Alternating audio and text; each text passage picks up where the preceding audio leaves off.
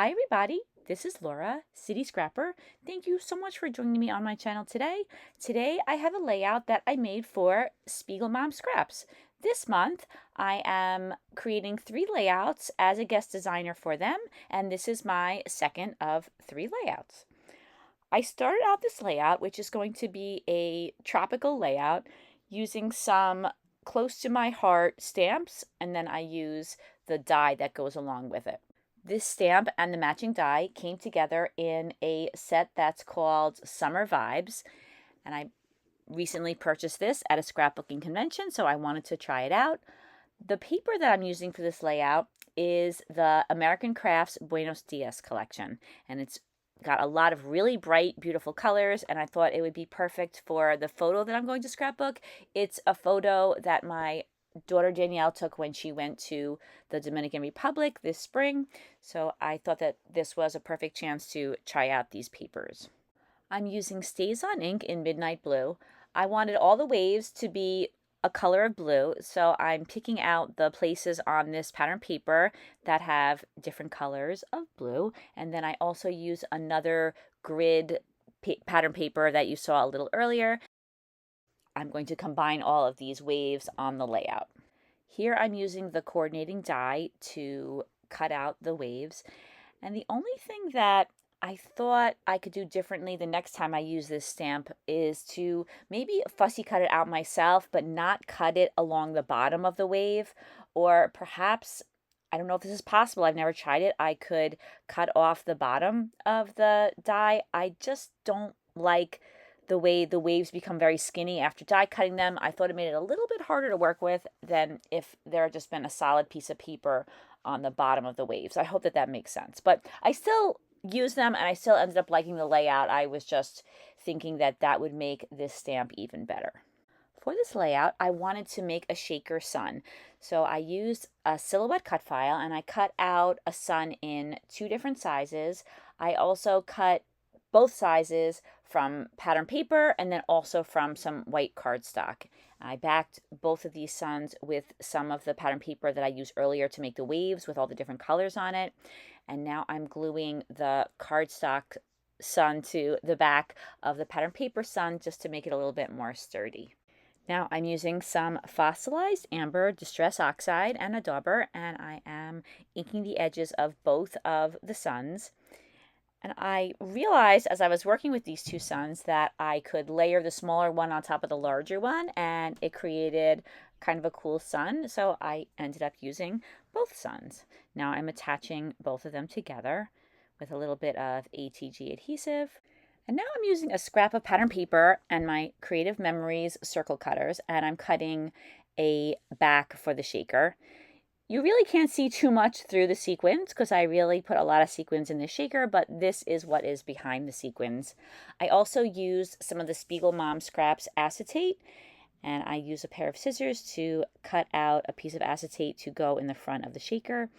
And now I'm using some Glossy Accents to attach that acetate circle down to the sun.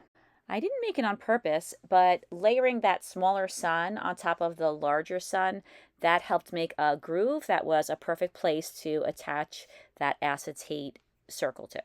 Now I'm adding some foam, so I have a place to put the sequins. I'm using the Spiegelmom Scraps Big Mama foam tape roll. I'm turning the foam so that it will go around the circle, and every now and then I cut the foam and then I start it again. I don't want to put too much stress on the foam and try to keep it all one piece. I made sure that there were no gaps between the foam though, because I don't want any of the sequins to escape. So I mainly use the sequin mix that's called Me Crafty. And then I picked out a couple of the yellow sequins from the Rainbow Sherbet sequin mix. I don't know how much of an impact that had because I used the entire package of Me Crafty, but I did want to add a little bit of yellow in with the other colors of sequins.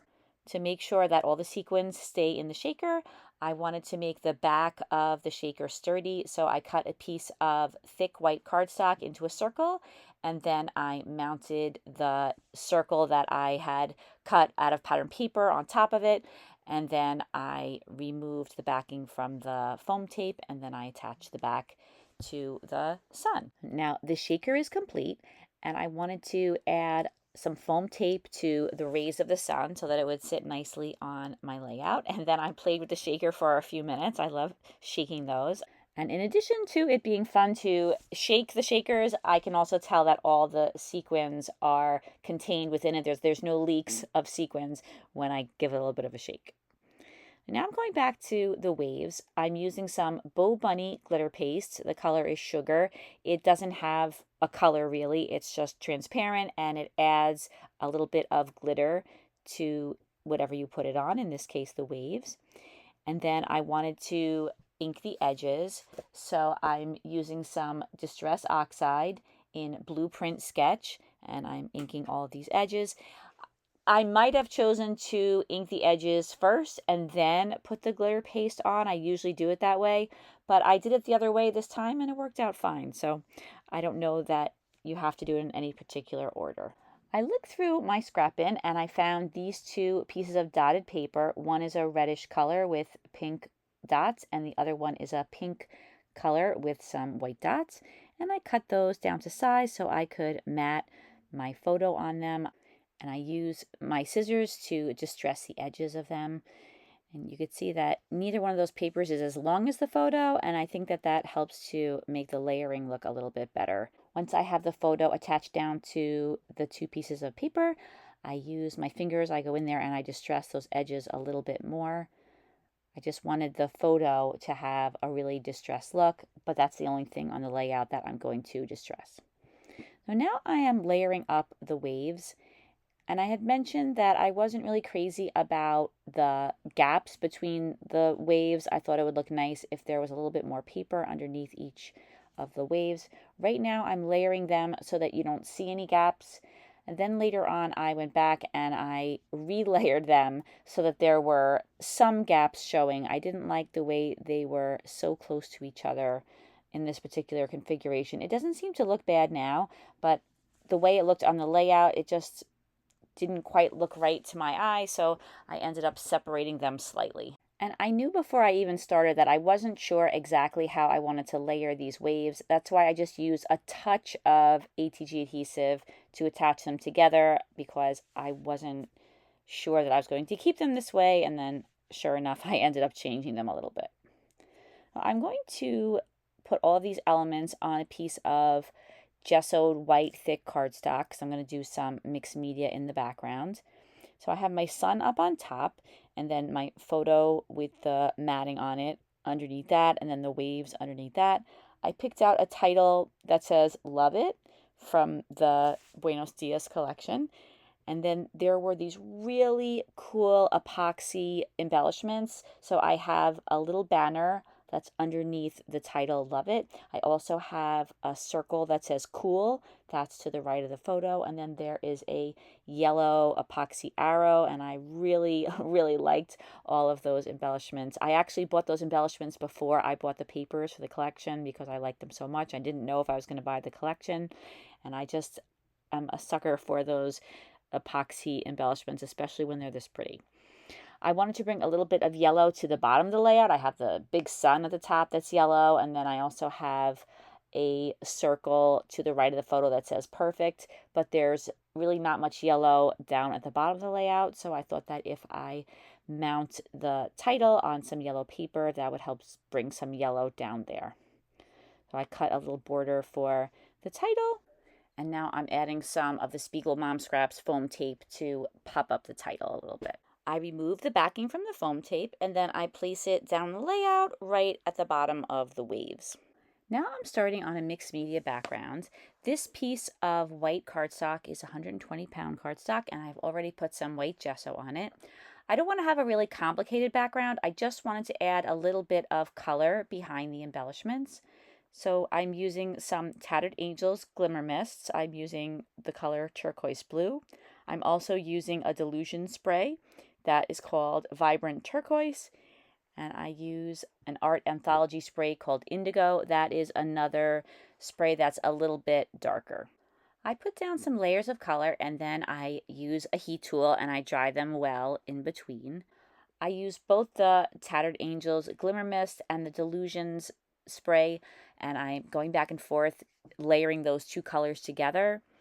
Now I'm adding some splatters to the area of color. I use both of the colors that I used for the background, and then I roll the paper towel on top of the splatters to pick up any excess color. I also like to add some splatters of water. I'm laughing because I do this in every single mixed media background that I make. I take some water and I sprinkle it over the top of large areas of color once the color is dry.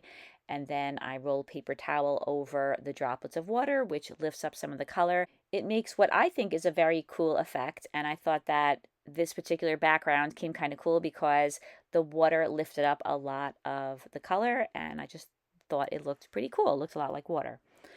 Another thing that I love to do is to sprinkle some watered down white acrylic paint over the top of the mixed media in the background. I just like the way that that looks, and I think that it's perfect for water since water always seems to have some areas of lightness and darkness in it.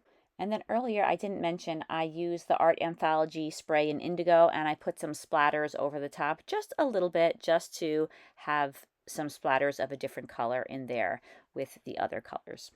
One of the papers had this branding strip that I thought would be perfect to put along the bottom of the layout. So I cut it out and then I used my scissors. I distressed the top edge of it. And now I'm attaching it down to the bottom of the layout. And just to give the edge a little bit more distressing, I folded down the edge with my fingers. And I forgot that I did that. I distressed that strip on the bottom as well. I thought I had only distressed the pattern papers around the photo, but I thought that distressing this piece of paper would add a little bit of character to the layout. I wanted to add some clouds to the layout, so I used a die. I actually had two different sizes of it, and it is a speech bubble die, but they look just like clouds, so I thought that this would be the perfect die to use to make some clouds. And then I just cut off that little piece that goes from the speech bubble to the mouth, or the goes in the direction of the mouth of the person who's speaking.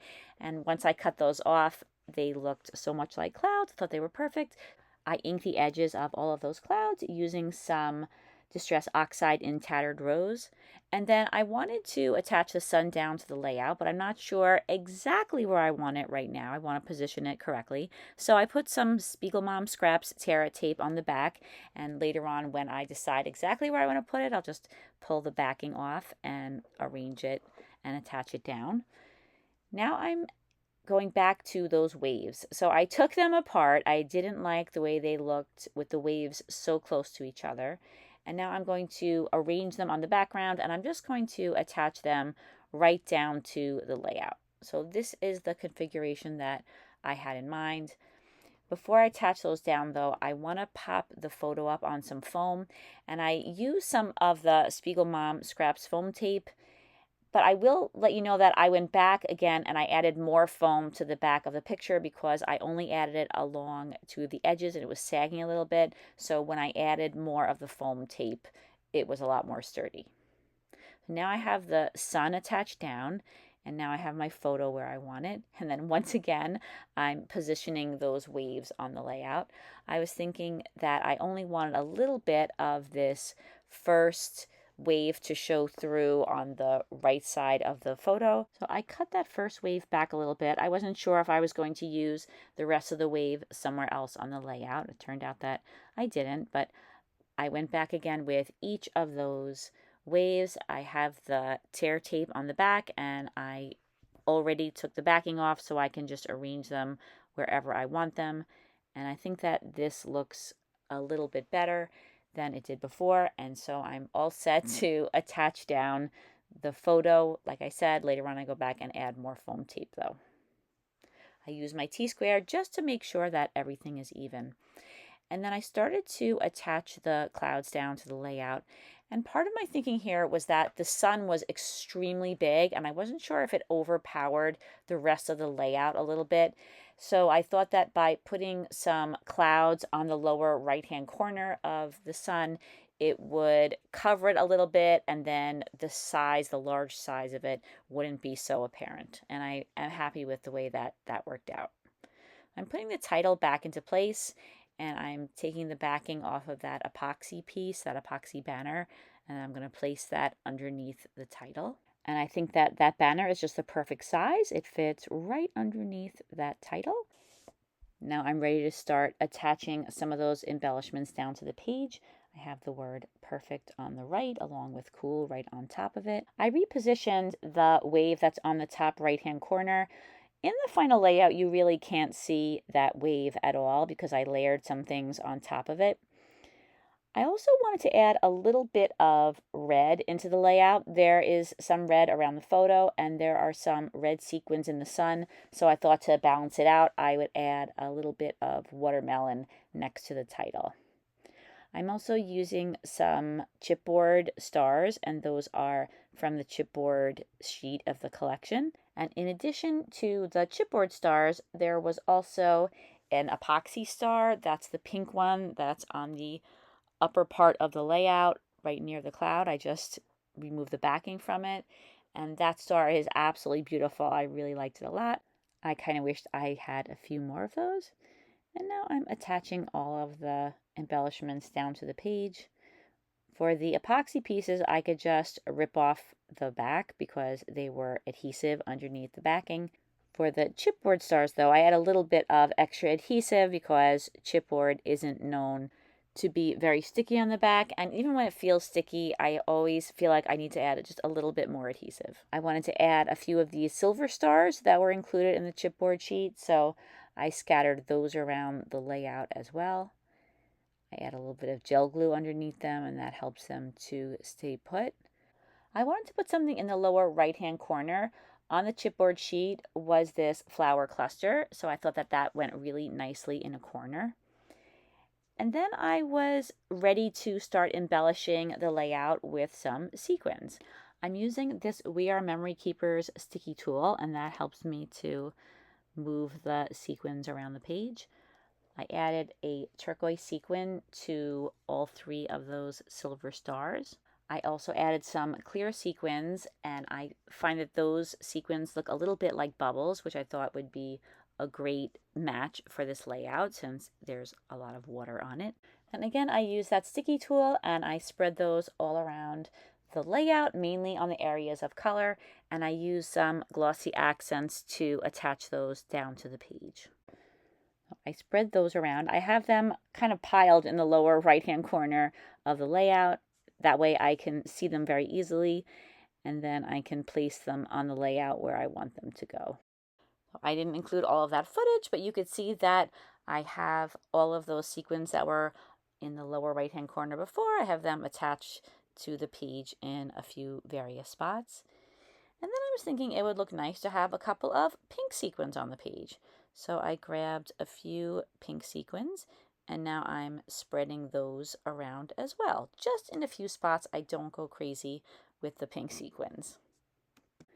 Then I was thinking that it might look kind of cool if I put a smaller sequin in the middle of these larger blue sequins, and I kind of like the way that looked. So I put a smaller white sequin in the center of all three of those turquoise sequins that I have on the silver stars. I add just a couple more sequins to the bottom right hand cluster, and then off camera I add another star to that cluster that's at the bottom. I also add a blue star and a blue arrow to the layout, and then it is complete. Here are some close-ups of the layout. Thank you so much for watching this video, everybody. I really hope that you enjoyed it. I know that I'm really enjoying creating layouts using these Spiegelmom Scraps products, especially these really gorgeous sequin mixes. They're really beautiful. I will be back with one more layout and video for Spiegelmom Scraps this month. I hope that everybody has a fantastic day, and I hope that you'll join me again soon. Take care, everybody. Bye-bye.